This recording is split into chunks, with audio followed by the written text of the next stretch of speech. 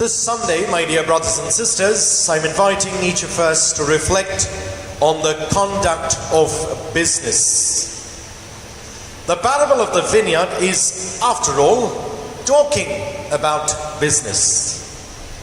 At the time of Jesus, there was no huge commercial buildings and manufacturing corporations. What the people had then were vast tracts of agricultural lands, such as vineyards. And having a large vineyard means big business. Nowadays, my dear brothers and sisters, we are all aware that business has not been really good, especially during these times of the pandemic. Even in affluent countries such as Europe and America and Canada. The entire world is undergoing a global economic crisis. Big economies are in severe financial trouble. And perhaps we can relate today's gospel lesson with the concrete economic situation in our world today. And I want to take for an example America as a case in point. And I'm sure the lessons will also be applicable to other countries as well, including our own country here, India. God has abundantly blessed America with many and varied gifts. Freedom, the Christian faith, democracy, natural and human resources, and the values of honesty and hard work. In grateful acknowledgement of this truth, the forefathers of this nation have engraved the words, "In God we trust," on the mighty American dollar. And we can rightly say that this land is the beloved vineyard of the Lord. But why is this vineyard becoming fruitless and barren? The number of good jobs continues to decline. More stores are closing. Incomes continue to go down. Credit card debt and student loan debt are soaring. The housing market is down. A good number of Americans are now living in poverty, and this continues to rise. And government debt is at unprecedented levels. Perhaps a good number of you who are living in America will realize that you miss the products marked made in USA. Almost all the products found in the market, from household items and garments to machineries and computers, are made in China. I was pretty surprised when I went to one of their huge departmental stores on one of my visits, and I picked up something that was so beautiful only to find a label made in China. What is happening to America? The biggest economy in the world. And the parable today, my dear brothers and sisters, mentions several important reasons. First, the walls are gone. These walls are supposed to keep rapacious wolves and animals away from the vineyard. Such are the negative effects perhaps of free trade and globalization that have taken down the protective walls of that country and made itself open and vulnerable to the unmitigated influx of criminal and immoral activities in the economy. Second, the wine press or the vat is gone. It is built inside the walls of the vineyard so that at vintage time the pressing of the grapes will be done within its walls.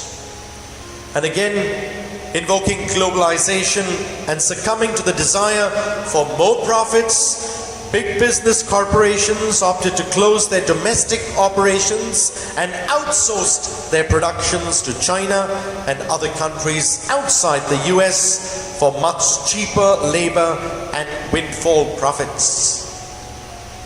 This resulted in huge capital flight and loss of jobs to millions of American workers.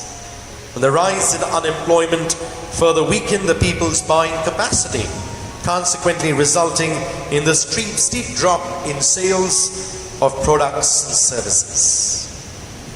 Third, the watchtower is also gone. It was put up as the guardhouse of the vineyard so that any danger will be averted.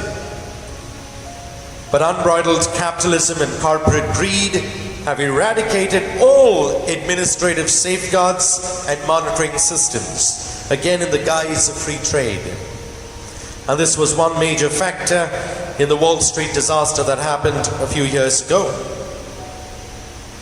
And fourthly, my dear brothers and sisters, the tenants, blinded by greed and selfishness, chose to turn against the owner of the vineyard, killing his servants and even his own son. God is still the owner of all that we are and all that we have. We are only his tenants, and we are expected to give an accounting of our stewardship to him in the end. Unfortunately, many people willfully ignore this, blinded as they are by the insatiable desire for worldly wealth and power. St. Paul, in his letter to the Philippians, said, "Their end is destruction. Their God is their stomach. Their glory is in their shame. Their minds are occupied with earthly things." Philippians chapter 3 verse 19. Obviously, the cause of all the troubles the world undergoes now is man's selfishness and greed. Everything about I, me, and myself. The words, "In God we trust," may as well become, "In money we trust." Many people trust more in their money, in their gold, in their wealth, in their possessions, rather than in God. And worse, there are those who are bent on eradicating God from the Constitution, from the schools, from all public places. And these are systematic attempts to erase God from society. And this is what is truly frightening. For we all know that there is no real freedom and success without the presence of God in our lives. The late President Ronald Reagan warned that if we ever forget that we are one nation under God, then we will be a nation gone under. And the gospel this Sunday, my dear friends, invites us to bring back the true meaning of business. That is, business as usual, business as it should be.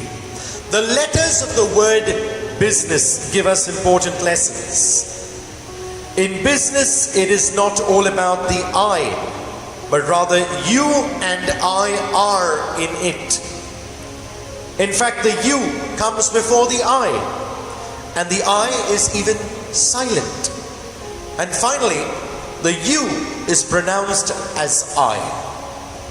In other words, in dealing with business, we should be concerned about the welfare of others. In the end, my dear friends, we also benefit from serving others. Ignoring these lessons, as what is happening nowadays, will invariably result in severe injustice and more human misery.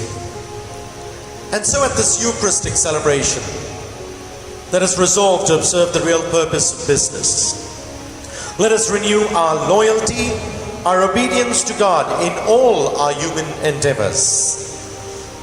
Let us acknowledge that we are simply his tenants. And on Thanksgiving Day, thank God for the countless blessings that he sends our way. But remembering that God is still the owner of the vineyard. May the words, "In God we trust," be forever engraved in our hearts and in the entire human society.